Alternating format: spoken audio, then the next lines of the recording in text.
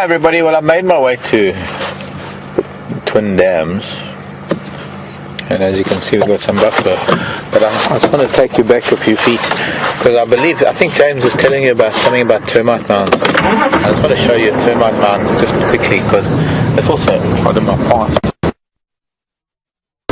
Home in time.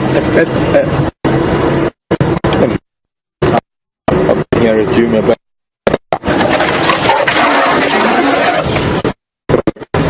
very long time, and it helps me to remember on a wall at home. A wall that's kind of draped over some railings and things. I found on my right, or my left, but my normal right. Termite mound, and I don't know if any of you remember. There was a little moment a few years ago, really about 4 years ago. I was driving this very direction, and I got to back here and draped over some of the trees just on the right hand side of this termite mound. I can't remember, it might have been even that one up there was this enormous snakeskin. Probably one of the biggest snakeskins I've found, other than the python that I've found, and found two really big python skins, shedded skins of course. And this was from a black mamba, and it was probably over 8 feet long when I stretched it up, and I held it up next to the vehicle, and I stretched it up as high as I could, and the broken piece at the bottom touched the ground, and I held the head up as high as I could, and there was still at least 3 or more feet missing from the end of the tail. And I've always been convinced that there's been a big black mamba living around this termite mound. I'm hearing some birds alarming. But this is a road into, this is a northern little, or rather western entrance into Twin Dams. We don't often come from, we often use this direction. We used to use it a lot more when that little firebreak road was open that we've just been on, looking at the old python hole. And Sharon is confirming with me from Austria that it is indeed the very same hole where the python used to be.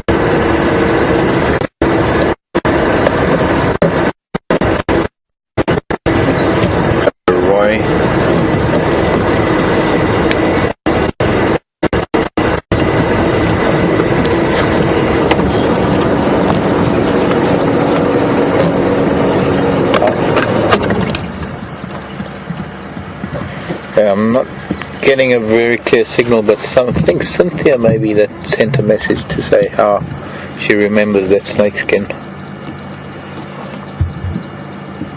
Not to be confused with the time that we saw that black mamba in the road at Bush.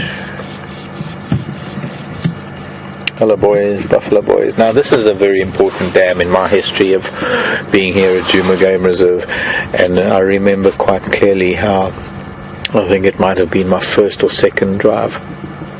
I think it was one of my first early morning drives on my own after I started, so it could have been long after my first drive that you saw when we had Fireside Chat last night.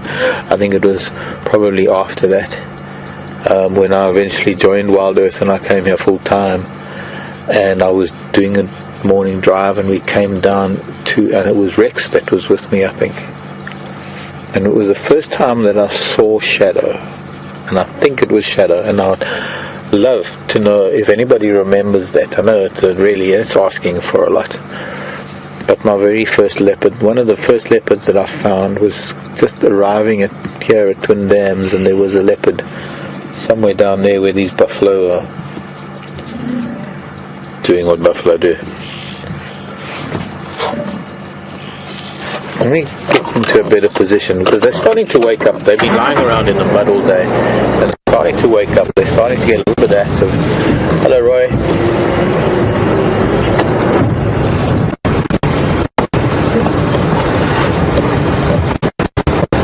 Years of guiding really, and how it has changed or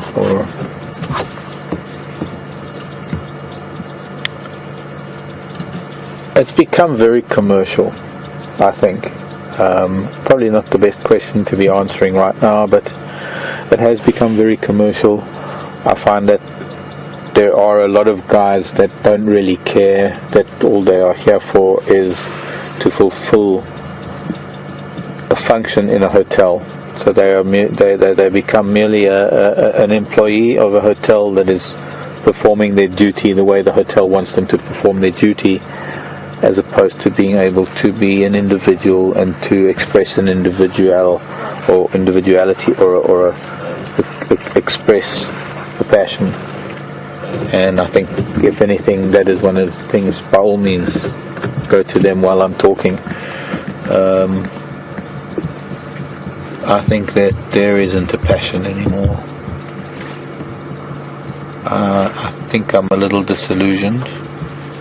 I think that's come out in times when I can become exasperated with the way that guides behave, but it's not them as individuals that is doing it. It's the industry. It is what it is right now. It's such high-end tourism, and tourism is demanding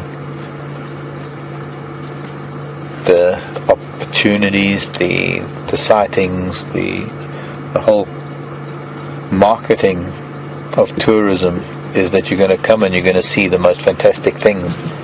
And unfortunately, the people that visit, unless they get what they've been paying for, they find fault. And so it is up to the lodges to ensure that at all costs their guests get to see and tick off, whether it be the big five or whatever it may be. And I think to some extent, to a large extent, that original bush experience is lost. But that's only from my perspective, because I'm a little bit old and jaded. I think if I have to look at it from the perspective of a first-time visitor to Africa, and you're having this one moment, you're having 2 days or 3 days or 4 days, doesn't matter, you've only got a week at the most, where you're going to spend some time in the bush. You want to see everything that you can see. You don't mind if you don't spend quality time with something, because everything you've put into your holiday is to be here for a short space of time and just to experience something. So just to experience it for a moment and find another moment to experience is what it's all about. So I understand all of that, and I just think that there needs to be a little bit of a balance between the two.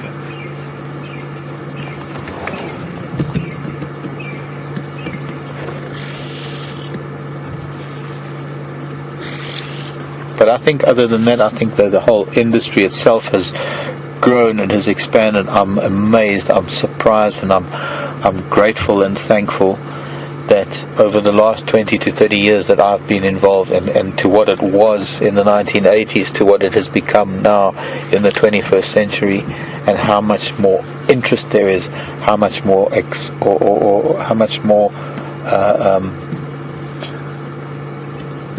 passion there is about wildlife and nature, and how much more it becomes an important facet of our lives as human beings.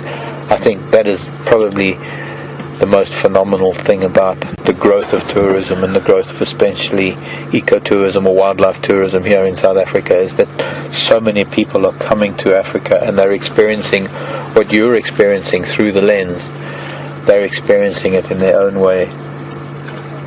That opens their eyes to the plight of African wildlife, to the need to conserve it or preserve it, semantics, but to make sure that it, Andrew, these two bulls,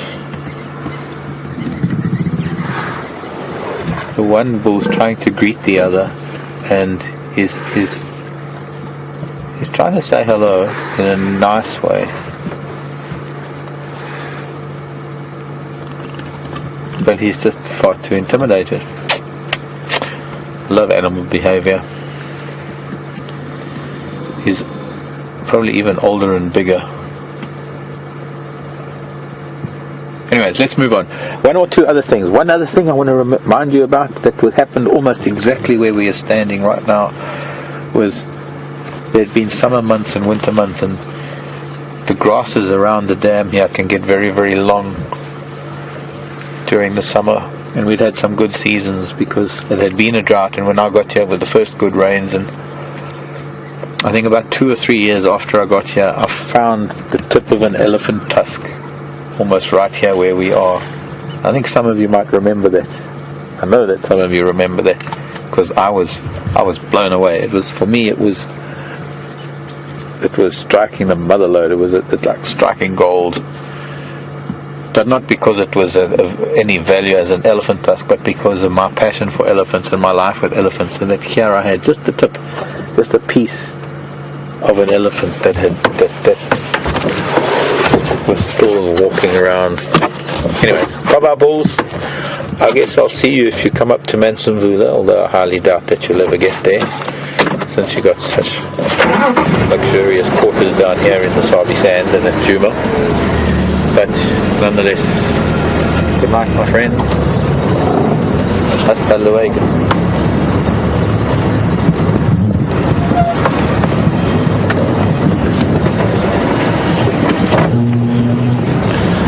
The jackalberries here at Twin Dams. Oh, I love these jackalberries, I'll never forget them.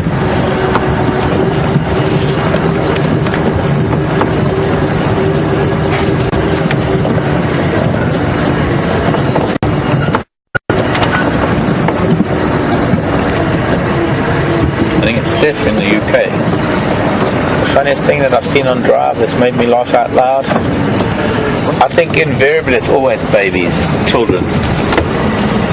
I know I can remember young buffalo moments, I can remember especially young elephant moments, young cat moments, young anything moment can be funny. And what are you looking at, dude? You're looking at me? Are you looking at me? Okay, I give up.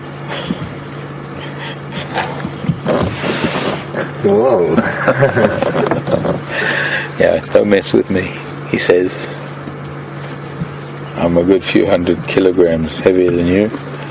I've got he's a big bull. He's certainly no one I'd mess with on foot. And see, that's a funny moment, because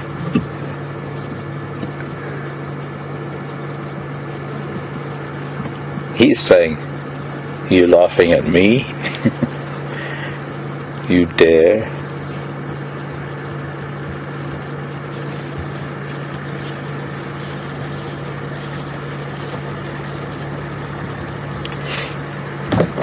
Wonderful moments. There are so many places here at Djuma that I've done a tiny fraction, and it's already nearly sunset. I haven't even begun. But I'll come back. I'll be back one day, and we can revisit some of the other places where we have had some amazing times together.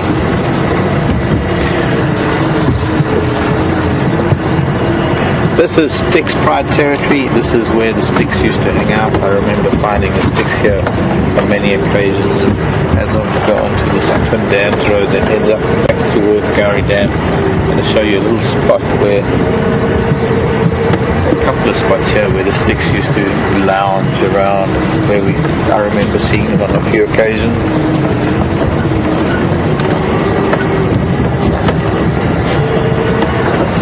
I remember this dam, Tara and I were on the vehicle together one time, and there was our very first sighting of the Majingilans, those 5 marauding males that came in. And at the time there was a coalition of males that had ruled this area for quite some time already. They were known as the Mapochos. 6 big males, but they decimated the lion population in this northern part of the Sabi Sand for the first, in the first year that they'd been here. Anyway, there's that little track just running up here. There's an alley where the Styx used to be. So I can take this little track where we used to go and see the Styx alleys. I know they were Styx lions. Find it. There's an alley. To say Sunset Alley. Probably on that half fitting that is. Ora buona. Buona tempo. Welcome back, Andrew.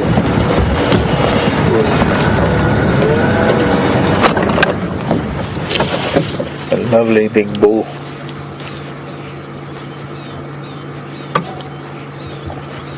Oh, look at him. I haven't seen him recently. Not too sure who he is yet.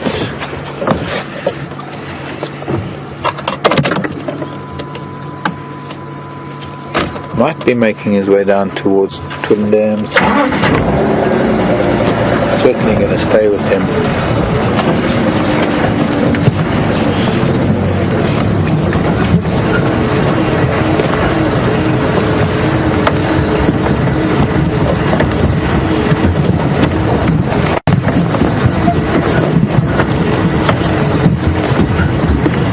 Question coming from New Jersey. Debbie in New Jersey. Hi Debbie. What does it mean when an elephant swings their front leg, his or hers? Debbie says she's seen it numerous times. For me, what I read out of it, it's kind of an indecision. It's sort of when they're confronted by, or normally when I'm in their company and I'm sitting with them and they're coming towards me and I suddenly appear on the road and they're walking down the road and I'm driving up the road, and even though I'm pull off the road, they'll stand there and they'll swing the leg and they'll think, well, should I go that way, or should I go around that way, or should I go around that way, or should I just walk all over that little Land Rover that's in front of me? And for me, that's what it is. That's the kind of energy that I get out of it when elephants do that. It's a state of indecision. It's a state of they're not really sure about what to do. I don't believe there's any aggression in that particular movement.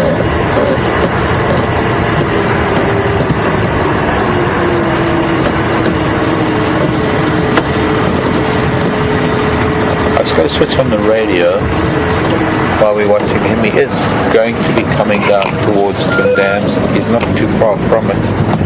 He's on the other side of this little wattle tree just behind that wattle. It's got to be.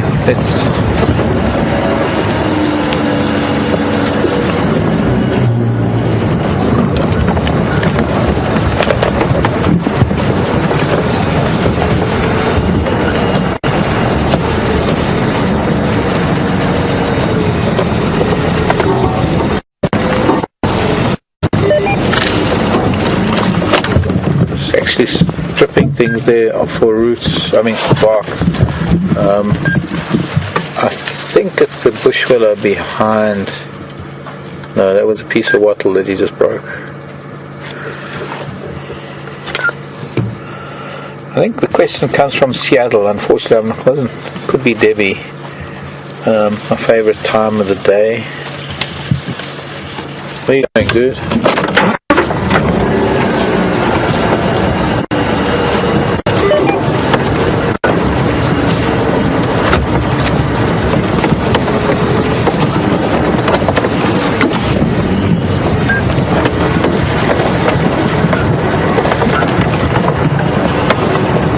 I can't tell you what a favorite time of the day. Because sometimes it's morning and sometimes it's sunset. I suppose sunset around about this time of the day, ending the day. But by the same token, being up early and being able to set the tone of the day is another very important thing. To be able to start the day with Ellie's or something, I think that is it's got to top anything that sunset can do. Look at this magnificent bull. There is the African Ellie sunset.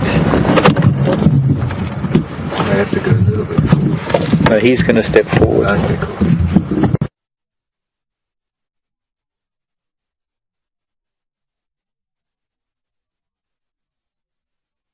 Fair amount of vegetation in his mouth. I don't know why he's carrying all of that.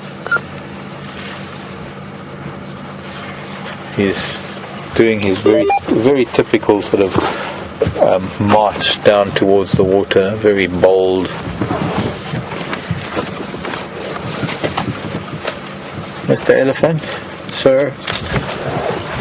Mr. Elephant, sir? Can you ignore me? Very well. You know when you're insignificant when like that happens, and he's just got one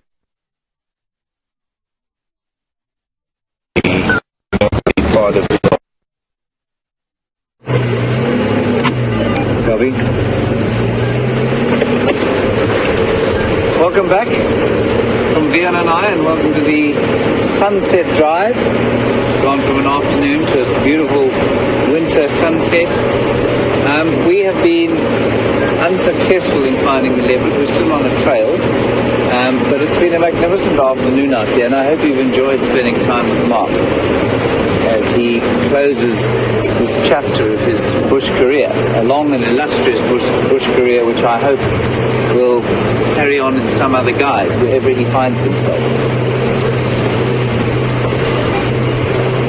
We're hoping now, as the sun has set, that some of the nocturnal creatures will start to come out. One of my favorite times of the year, favorite times of the day, because I can hear what I like to call the changing of the guard, where there's a silence as the sun goes down. The bush is never silent for long, but there's a very brief period between which the daytime animals and the daytime birds go quiet, nocturnal animals begin their calls and their sounds and their movements. And I call that little time of the day the changing of the guard. And it's normally just after sunset. And often the only thing that you can hear at that time of the day is the beautiful white-browed scrub robin. And instead of doing their normal whistling call, which goes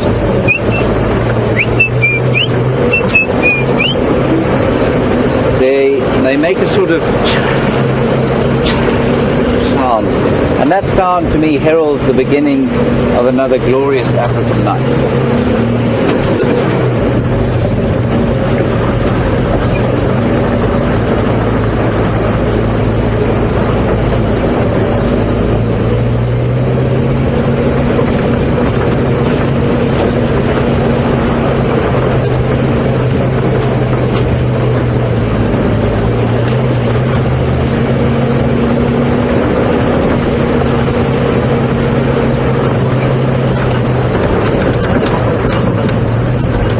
You can see the horizon just turning a golden color.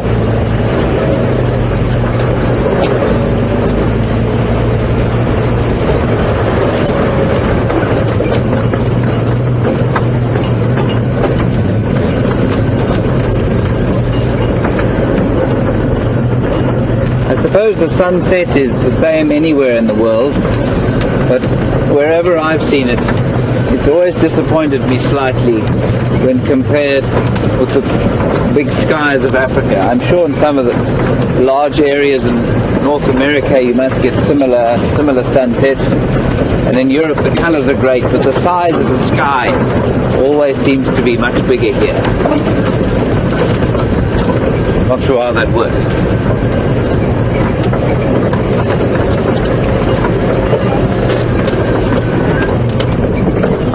Got a hornbill on the floor there.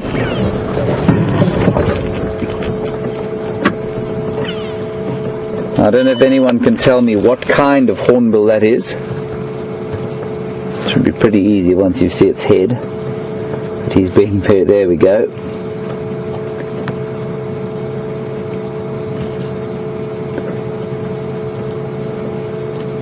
So given the colour of his bill, he's pretty easy to identify. But, and I'm sure you've all seen that glorious film, The Lion King, where the hornbill was called Zazu. Now, the word Izazu is probably, I'm not sure if it exists in Swahili, and I suspect it probably does, but it is a Zulu word as well. And I wonder if anybody has any idea what Izazu means in isiZulu, which is a language from South Africa. And I think where they got the name for the hornbill in the Lion King. Give you a bit of a clue, has a lot to do with his role as he was an advisor in the film.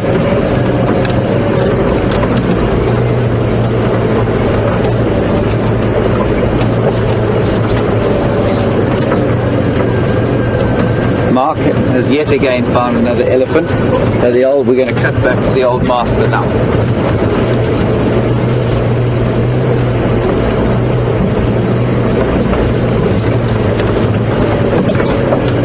Okay, sorry about that. You're going to be staying with me for a little while. The elephant crossed the boundary, and I think the satellites jumped or hit an asteroid or something like that.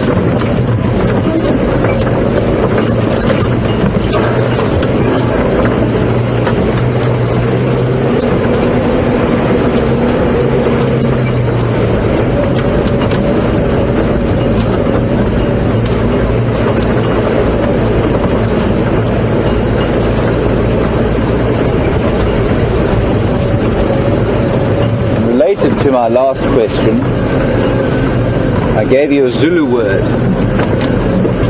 Does anybody know what the language most normally spoken here is?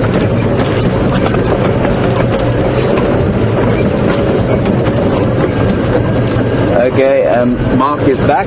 We're going to link to him.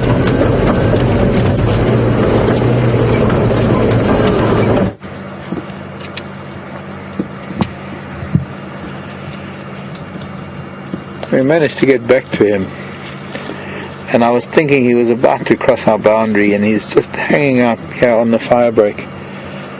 The fork-tailed drongo, almost like the requisite fork-tailed drongo in his company. Absolutely magnificent bull, and probably the most appropriate thing for me this Monday afternoon.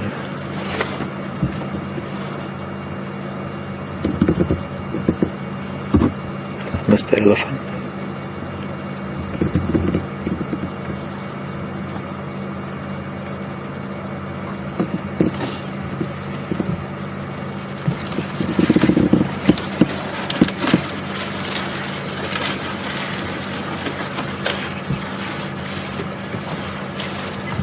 As he's about to leave Djuma, maybe.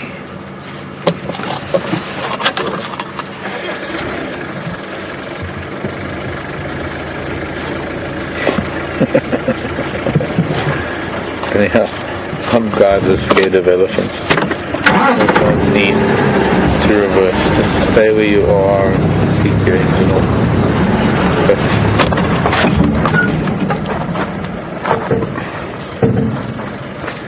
Goodbye, Mr. Ellie.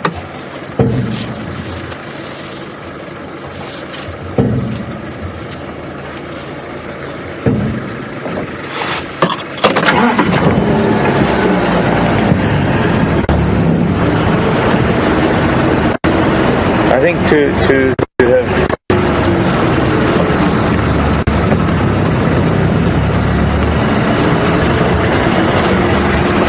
have had something like that as my sort of final evening.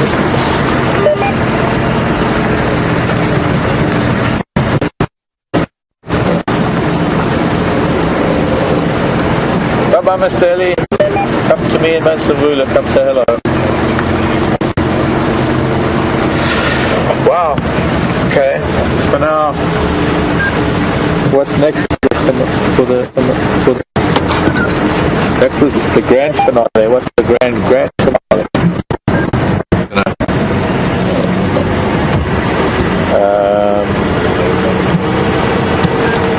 The idea was to go from Twin Dams up Twin Dams Road or something. I don't know. Let's go to. Let's see where the road takes us.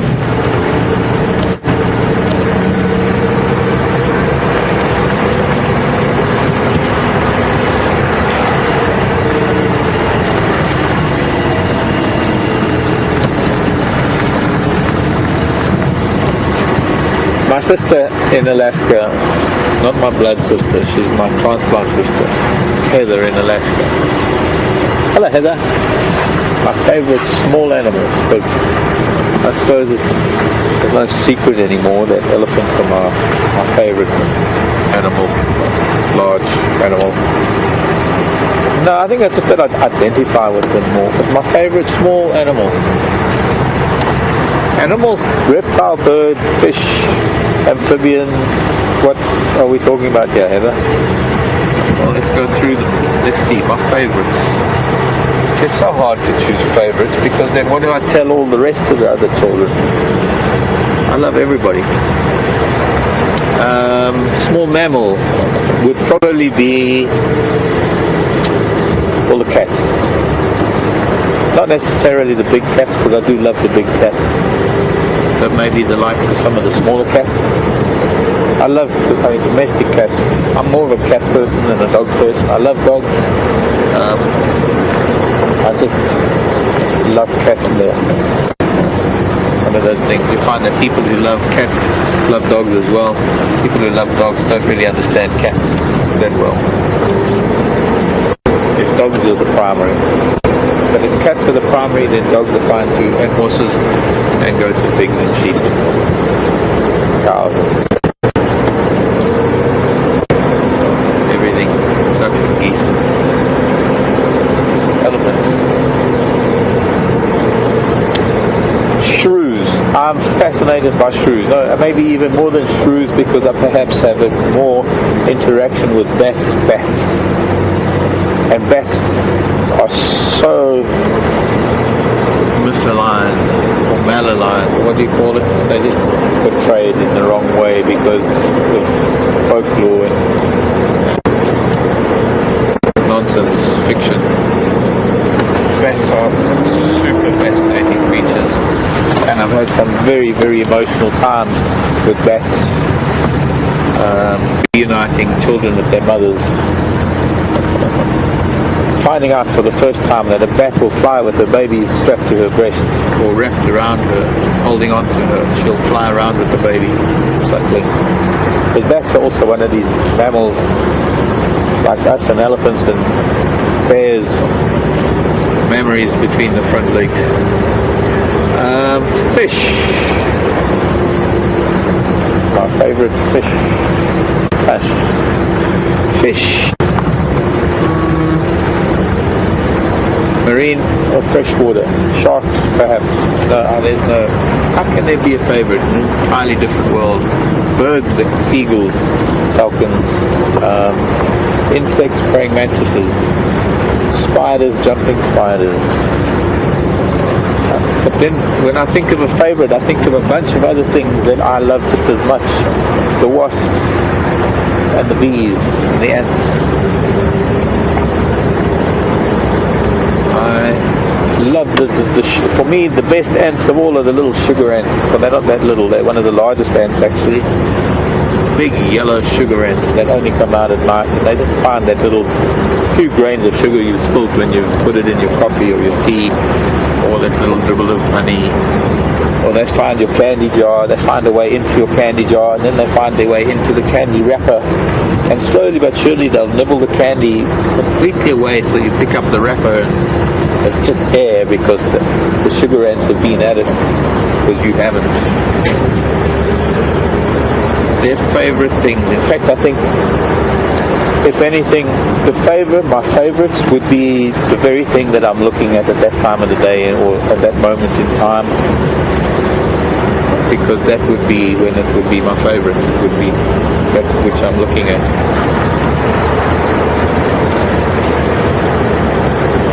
But you're one of my favorite people, Heather. I think that's one thing I can say for certainty.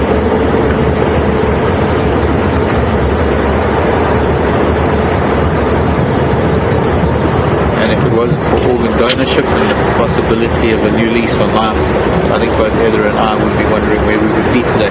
And you, Discovery, are driving way too fast in a game reserve, and I'm not moving out of the way just yet. You need to slow down. Land Rover people don't normally do that.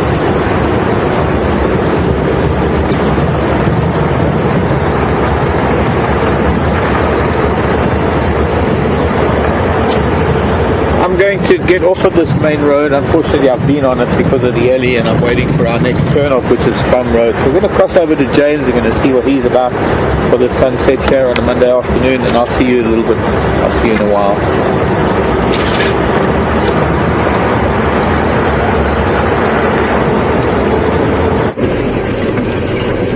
Welcome back, everyone.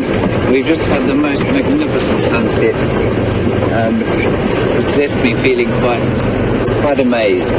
And in the background I can smell the starting of a few fires from a few of the lodges around here, and the smell of a wood smoke fire in the bush is just possibly the most comforting thing in the world, especially on a slightly sad evening like tonight. We did have a question from someone on Twitter as to where in England I come from. I don't come from England. I'm not sure. I've been accused of that before, of course. But I'm from Johannesburg in South Africa.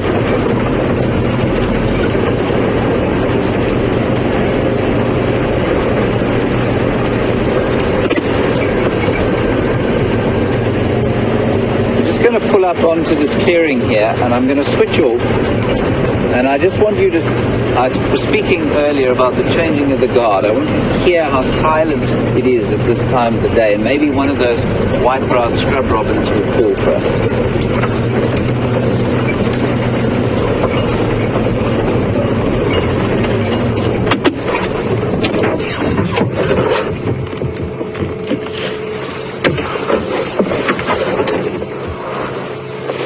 Normally you can hear the sounds of the day, the birds, the dawn chorus, the midday chorus.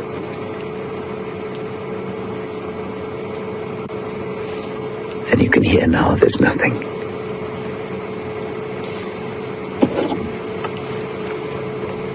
Except Vian jumping about on his seat, of course. And soon the sound will be replaced with the sounds of the night. The owls, the nightjars, the crickets, in summer the frogs, even the high-pitched ultrasonic squeaking of the bats.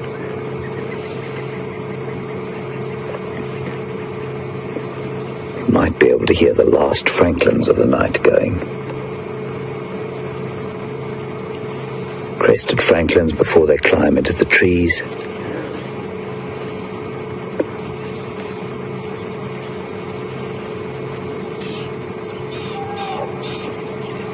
And there was an elephant calling.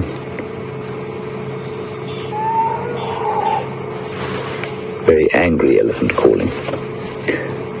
We might try and just make our way there slowly and see what we can see there.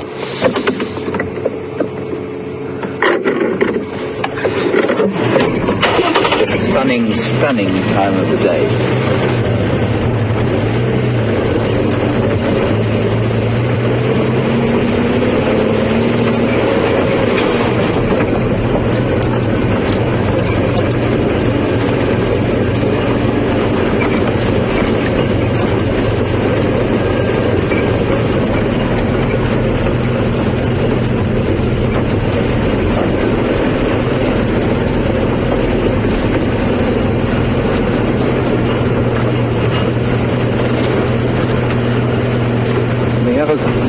We have a question from Marc in the Netherlands.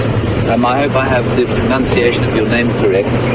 Thanks for the question and welcome to what has turned into an evening safari. You would like to know if the lilac-breasted roland lays its eggs in the nest of another bird like a cuckoo does. Marjo, no, it doesn't. What they do, if I'm not mistaken, lay their nests in tree holes, which they probably don't excavate themselves. So they might lay their eggs in, say, the tree hole that's been excavated by a barbet or a woodpecker, but it would normally, if I'm not mistaken, that nest would have been vacated before. They may even chase the other bird out of it, but they certainly look after and raise their own young. They're not brood parasites like cuckoos are.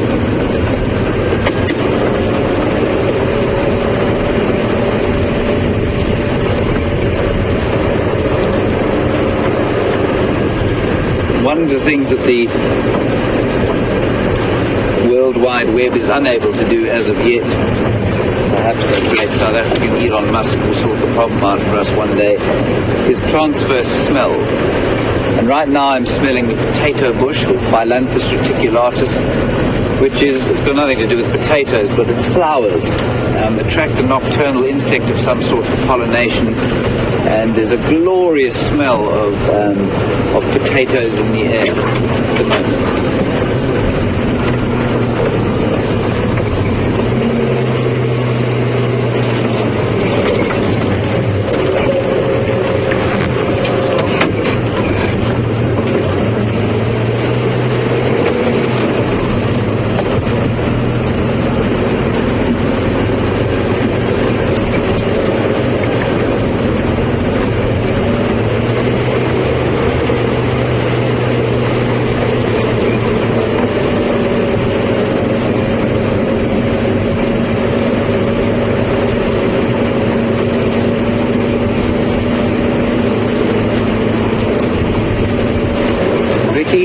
Salt Lake City, Utah.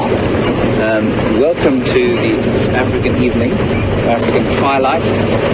You'd like to know what the sound of, if I understand your question correctly, what the sounds lions make when they hunt compared with those of hyenas. Well, given that we can't see any lions or hyenas, I'll give you my best impression. When lionesses are on the hunt, they will communicate with sort of low-sounding grunts like That's actually not a very good impression, but it's something like that.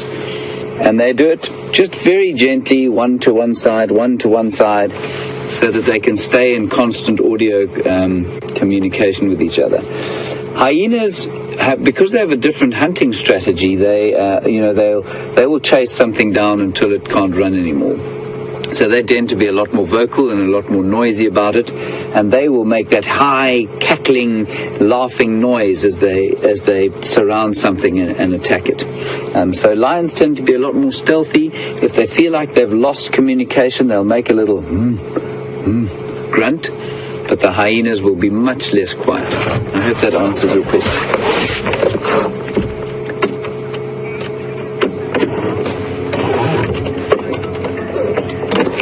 We're going to link back to the old master, who's got a few more memories to share with you. We'll carry on and see what else we can find.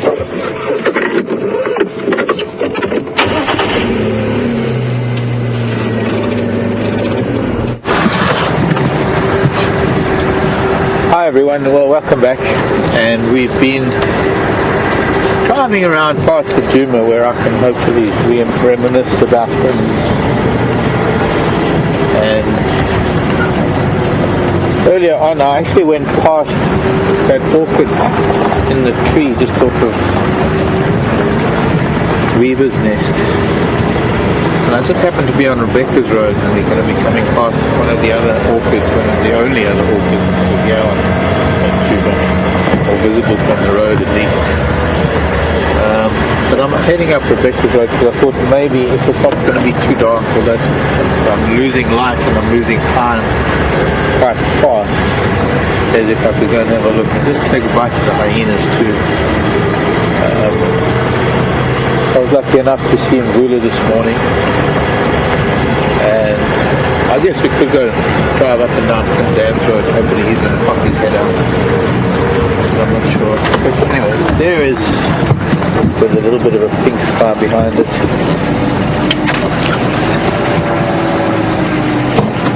one of the best orchids here at Djuma. And I'm doing that because I'm sure I'm going to come back one day and I'm going to ask you if any of you took the screenshots so that I can see how it's changed since I was last here. And so this is now when I'm last here, so that next time I come I can get an idea of what it looks like since I was last here. just beyond this orchid and the original orchid that was in this dead thorn. There's a little patch of open grass just off to my right here. There, that's the one. Some of you will remember there's a classic moment of going in there after I think I was looking for Mishu, who was one of Kurula's sons. Mishu and Duna were her two boys that were born in 2008. So when I arrived there in 2008, I don't think they'd been seen yet. And just after I left, because I arrived and I did my test sort of audition drive, and then I went back home for a little bit. And I actually went back to the Cape. I went to get my Land Rover, and I came back. And in February, when I got back there in February, they'd already been following them for 2 months. So I met them as sort of these 3.5-month-old leopards, and I'd followed them for most of their all of their childhood till they left Mom. But there was that one moment when Mishu was out there, and I came in and I drove in to see him, and I didn't know what the circumstance was. And I stopped the vehicle, and he was lying in the grass, and he actually came towards the vehicle, and then he looked at me and he looked at the ground, and he went down and he hissed at me and bared his teeth. And I didn't know why he was so angry with me until I moved the vehicle a little bit, and I noticed that I'd actually parked the vehicle where the remains of his kill was, and he'd killed a duiker. And there was fragments of bone and a little bit of skin and hair. But I guess I was still parked on top of his dinner table, so he wasn't too pleased with it.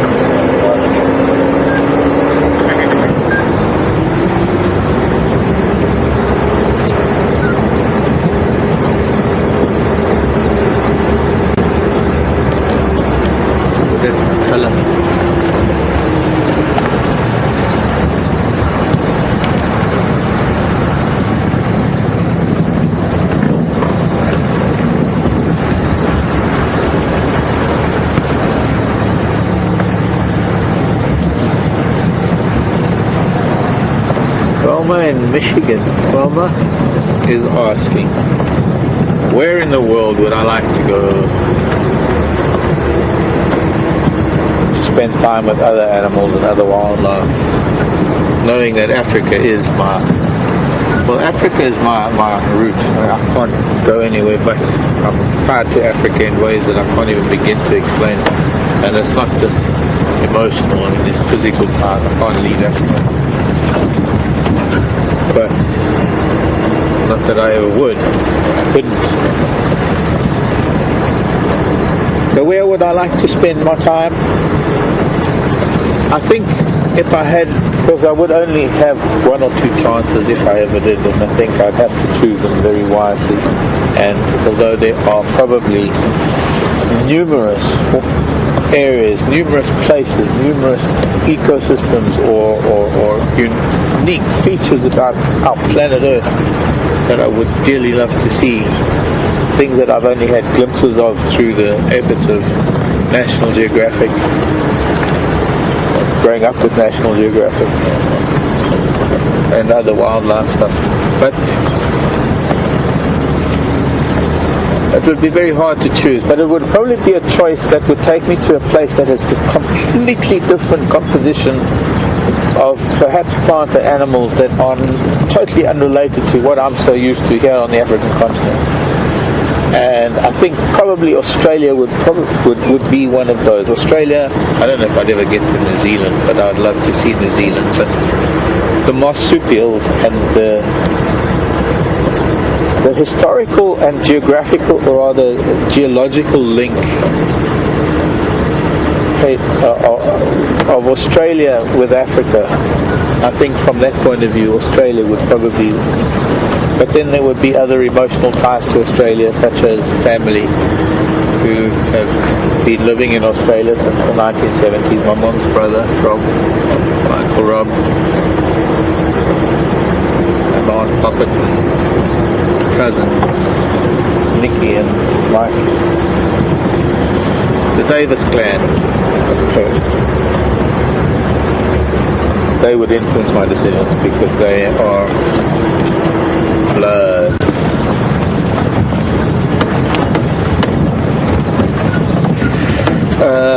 Madagascar would be something else, because Madagascar has been an island. It has been separated from the mainland for so many generations that it has its entire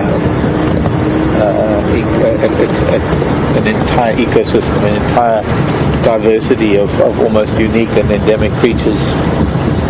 What a place to visit. Everything will be new. Of course, South America and Amazon, that adds to the list.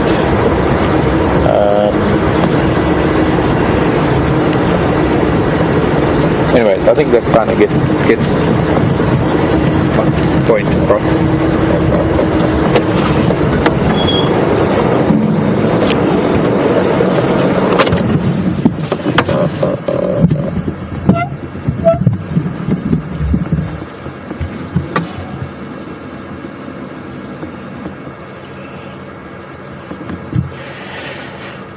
This is the end,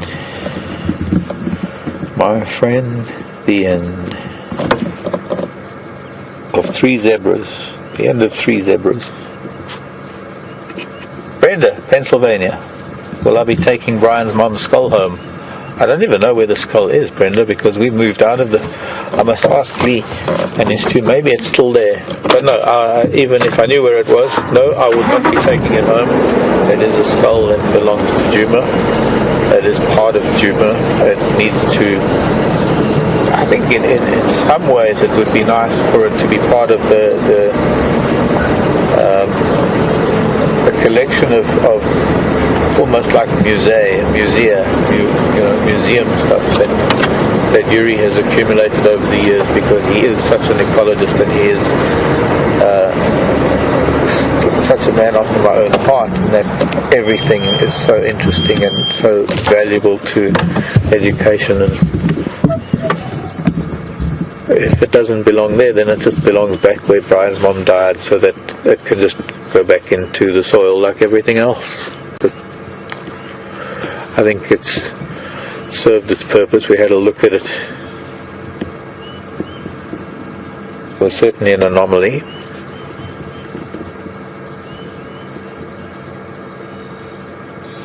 And this particular zebra looks like he's had a pretty deep gash on his thigh that's healed very well. I don't know why my eyes picked that up, but it looks like the stripes haven't quite healed properly. Not healed, but lined up. Maybe I'm wrong.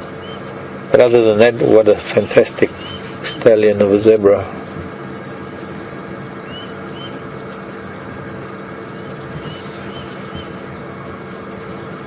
It looks like a couple of mares that might be further on. Now I'm wondering, because I think it was this morning, if I'm not mistaken, but at some point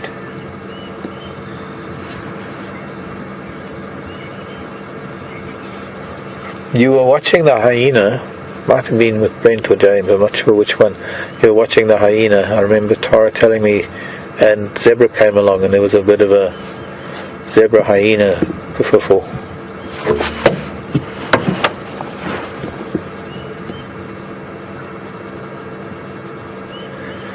Zoe's Road, this is. We're at the entrance to the hyena den. I think before it gets dark, I just want to wander down there. Oh, we've still got a little bit of light on the camera, and I don't have to use lights. Thanks, Mr. Z. Catch you later, dude. But for now, I don't want to disturb zebra at this time of the day. They're more diurnal. Oh, actually, hang on a second. And a bunch of them running down this way.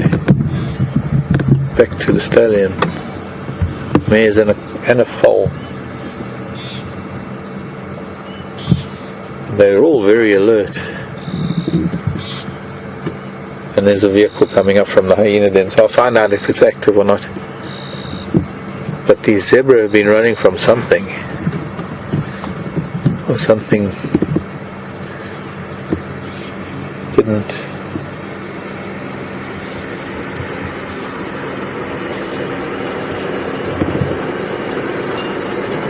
I think it's about the most we can sort of brighten up this picture at the moment. I know it is getting pretty dark for the camera. It's just interesting that the whole herd has... The mares all seem to have picked up some sort of danger to the south, and have actually convinced the stallion, and he's now taking them all off into this open area, almost where the hyena den is. I suppose they're fairly safe from the hyena, being a group. The hyena, although they could probably gang up on the zebra, I think the zebra are a little bit too active, a little bit too aggressive with their kicks, that the hyena would even bother to try and even take one down. I don't think there are enough of them.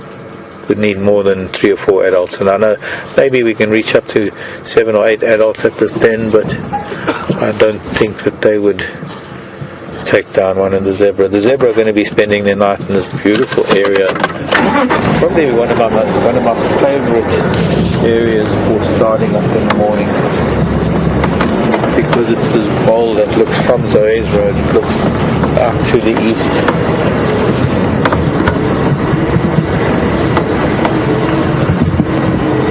Over almost most of Djuma, there's a beautiful long view.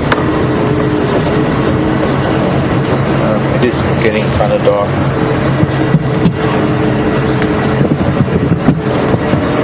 But you get the idea, you get the vastness of the kind of world that we live in here, because what we're looking at now, with the zebra barely visible walking through the grassland down below, but there's just these endless miles of bushveld from here all the way into Mozambique. We're looking east across the entire Greater Kruger National Park. Sorry, I need to move. We've got some vehicles coming. I just need to stop and check. Excuse me a moment. Good evening, Lee. Good evening, sir. Well, very good, and you? have a nice day. Hello, ladies. So, I didn't realise you were with the zebras. I thought you were waiting for me to come out, so I thought I'd expect. No, it was just wonderful zebra stuff. Anything happening down there? Yeah, there's six hyenas down there. Good. It's getting a bit dark for us. I want to get there before. We're going to head to the zebras. See you later. Bye.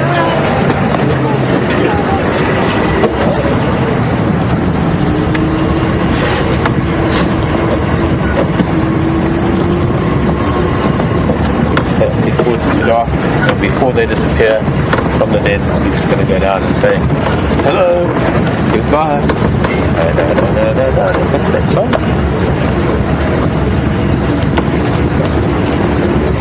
Was it a Mary Poppins note, or was it a Sound of Music song? Yes. Anyway, that's our local hyena, and then say goodbye. If we can see them in the dark. It's getting time when those cubs are old enough that they can handle a bit of light.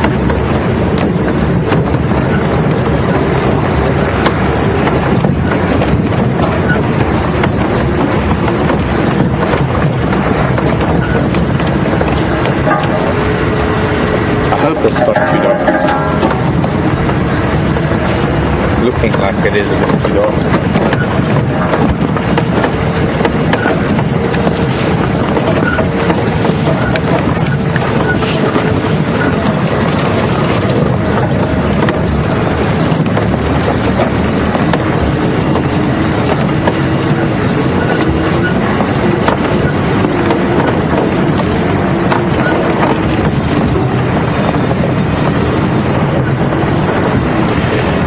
Nancy and other people. Hello, children. Okay, I'm hoping we see Nancy and other people asking about the book thing. Yes, I do. Just don't know how to go about it. Hoping it's not too dark right now. Hoping that you can just see this little dark shadow of this. I haven't seen them for quite a while actually, and they've lost their darkness. They were getting their spots 4 months. Hello, children.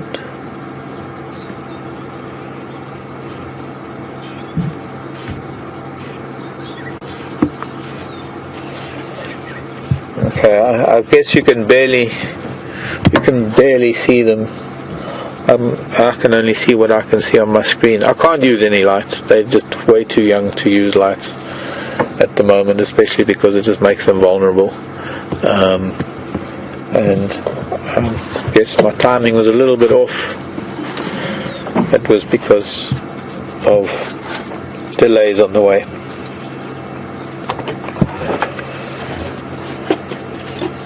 But we won't stay too long.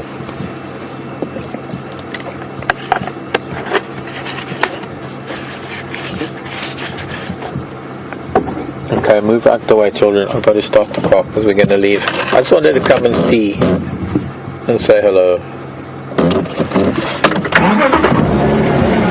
Sorry, babies.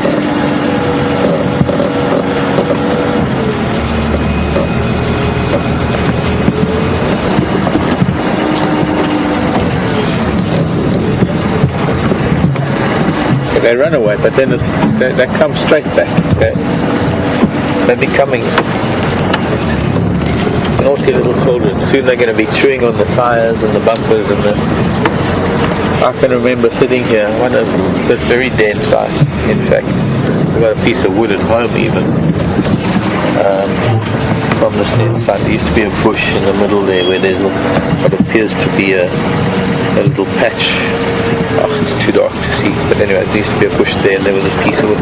Baba hyenas, they're coming quite often. They're not far behind. They're having it. I think it's a game. But they won't venture far and then they go back. But I can remember sitting there with... There was a time, if I remember correctly, Jigga didn't have a door. I'm thinking that there was a time when Jigga, this was open on my right hand side and sitting there and yes, I know you'll probably be shocked, but I had boots on and the little one, one of the little ones, I don't know if it was Teddy. I think it was before Teddy's time. I'm not sure if it was Teddy. Teddy was a little hyena we were watching in 2011 at this den. Even one of the bigger ones could be that hyena right now. We wouldn't really know about it. But I can remember chewing on my boots.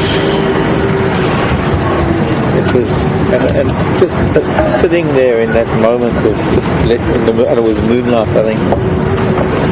Letting them explore. How else do they know what we are all about?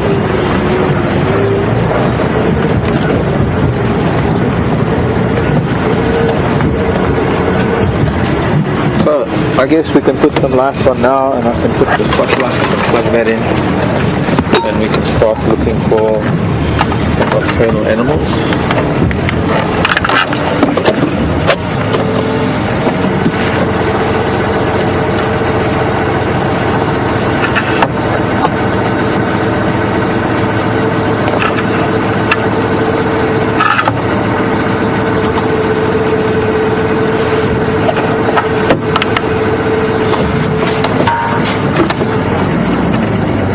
There we go.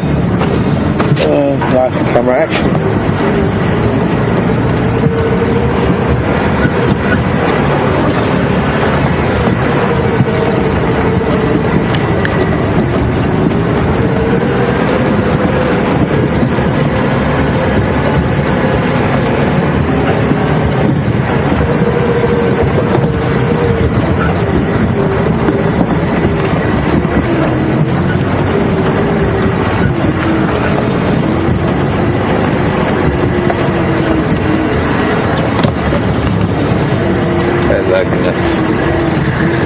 The lung nut incident.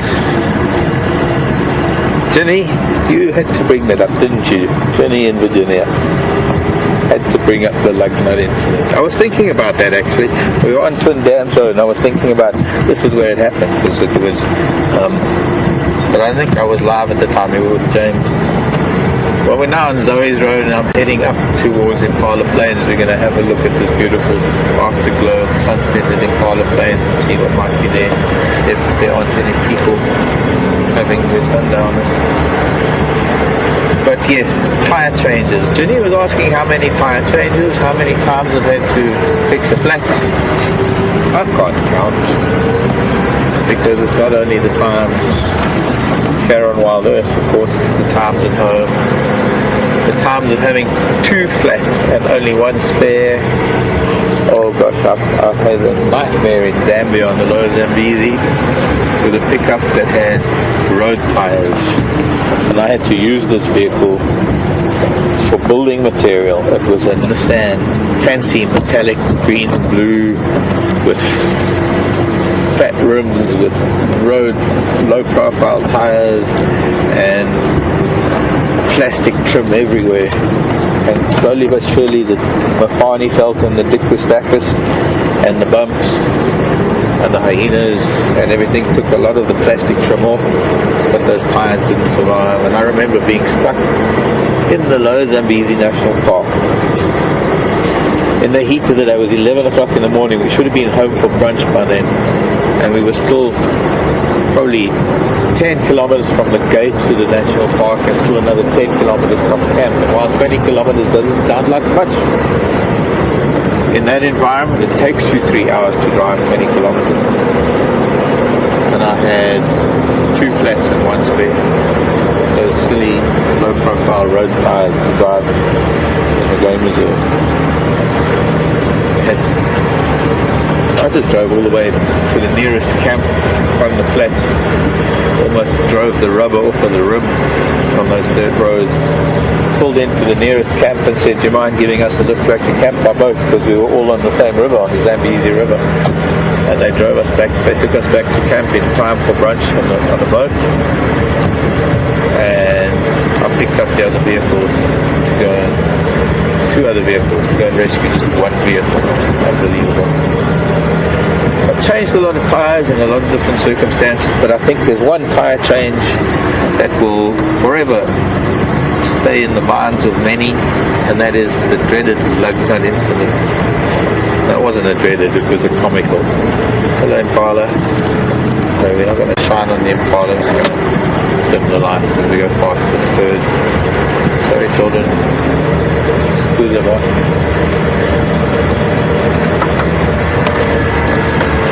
Spaghetti Junction on Pindams Road, and Tara and I had a flat. I think I was driving, Tara was on camera. Not this Tara that's in final control, but Tara who's doing a PhD on leopards with Will in Leidenburg at the Black Leopard Camp, or the Ingwe Leopard Research Project.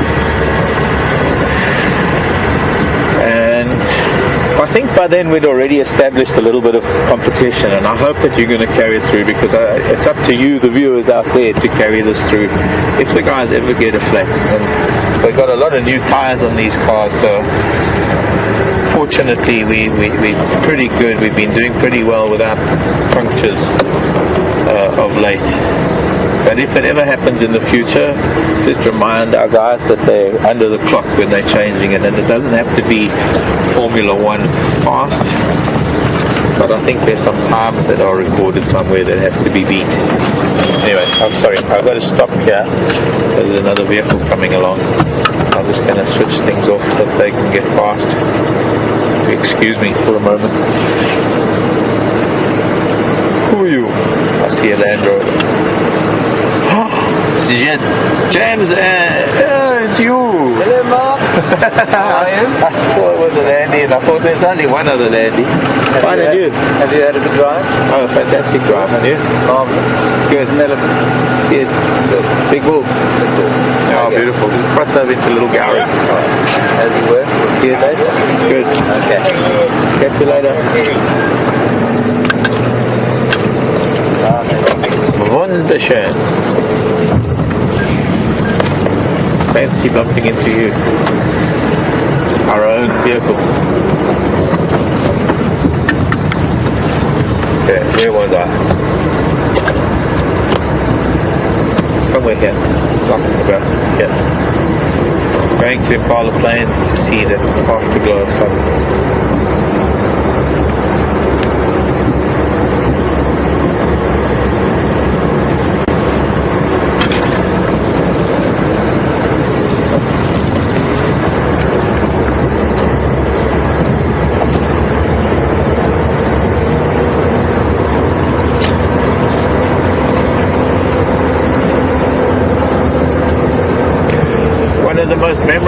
times I think that I've had here on Impala Plains. This is this open area we're about to enter now, that has tremendous views over the escarpment to the west and beyond to the northwest into northern Limpopo province in South Africa. There's a wildebeest, which is essentially looking up beyond Hoedspruit, from Hoedspruit and beyond, north of the Drakensberg range. I'm going to switch off so we can see a bit of that glow.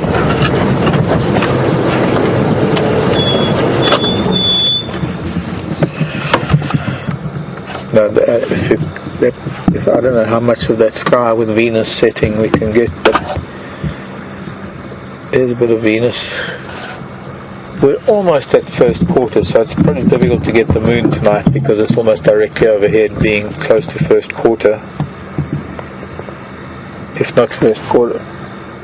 I think we're just a little bit off that beautiful western sky. And if it were daylight, we'd be able to see. To the bottom left of the screen would be the northern ridge of the Drakensberg Mountains, and this open area that is below us, where this wildebeest is. Let's try and bounce some light off of him, not shining exactly on him, but almost where he is. So I remember there was a cheetah and a cub that were here, and there was also the usual herd of impala that normally live on this open area.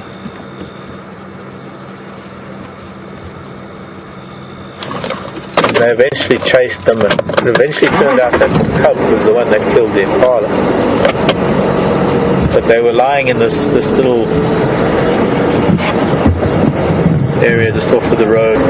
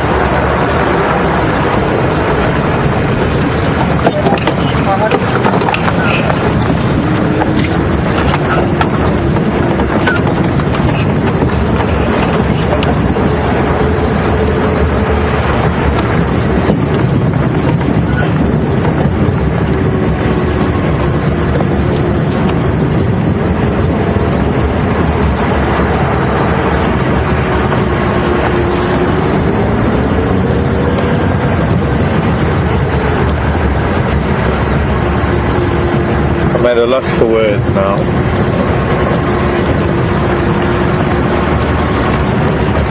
Impala Plains heading up to Sandy Patch, the area where we used to see Sandy Patch, the lioness, and her little ones. And sadly none of them made it. But we loved them nonetheless when we did see them, especially when it was the Sandy Patch and the one cub. When I first saw them, there were 3 tiny little cubs. Almost where we saw Mvula this morning, in fact in exactly the same place, except up on Garikatlan and on the road itself, as they headed down into that drainage line where we found Mvula again. It was the first and the only time I ever saw them. There was 3 cubs, and then the second time was somewhere up here I saw them as 2 cubs, and then for quite some time it was just her, the lioness, the old lioness that we called Sandy Patch, and her one young male cub. And I remember that one day she had a limp. I don't know whether it was a thorn or something. She had a limp. And she went after some giraffe calves. There was some giraffe with some youngsters. It wasn't very successful, or wasn't a very energetic hunt. It was more just a chase than anything else. And I think that's probably the last time we saw him.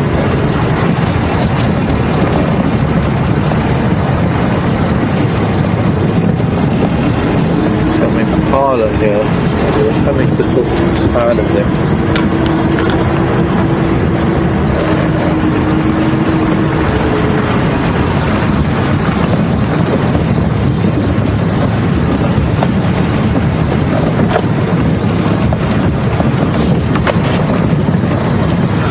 A lot of people have been asking, and I've kind of been dodging the question, where that silly Canadian magnetic monkey is. If I knew, I'd tan his hide, I promise you, but he's been AWOL now for a couple of days, and I've turned Jigger upside down, I've turned my Land Rover upside down, and I've turned my room upside down.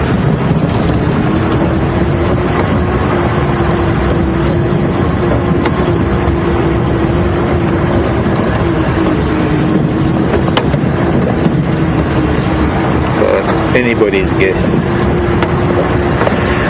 So, in dying moments of my last PM sunset safari, for the time being, I'm going to put this down for a bit. I want to turn around and talk to you. Or something in the road. I am so indebted to the viewers out there that have been part of my life since I first began, and those of you who've come on board since I first began and have become as close to me as friends could be, albeit not even really meeting physically, but there are friendships and associations, and there are things that have happened between us over the years that are unforgettable. I have had untold generosity shown toward me from so many viewers out there, and my gratitude is unquestionable.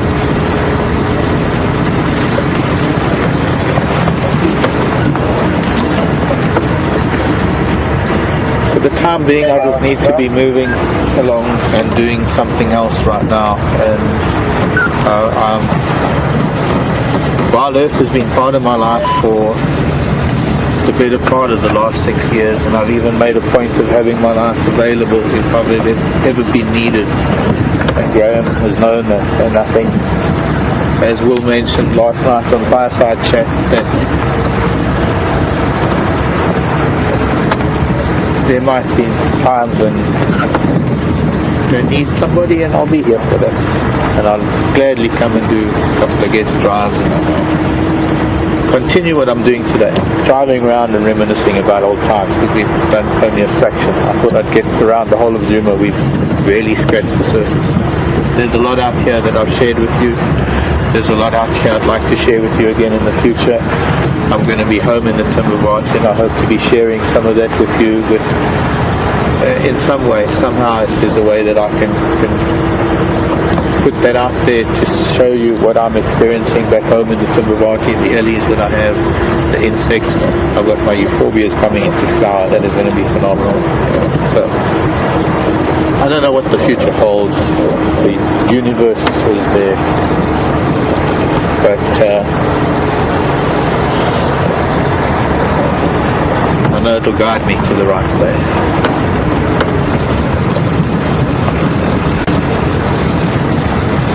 I can't just say thank you, I can't say goodbye, I can't say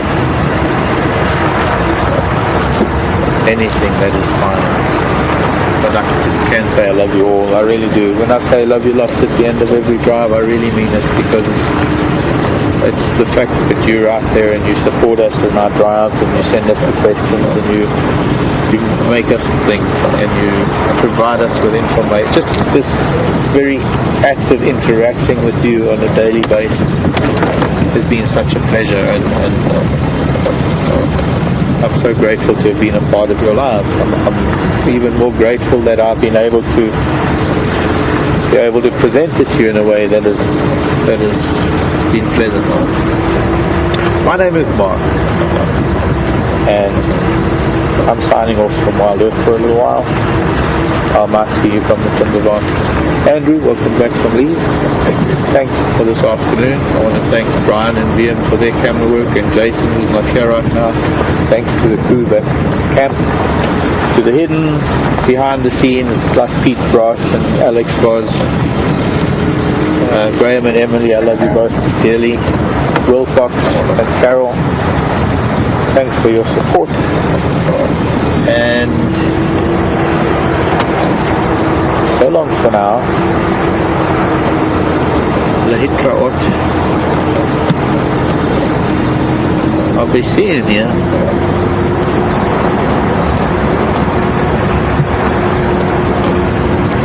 Love you lot.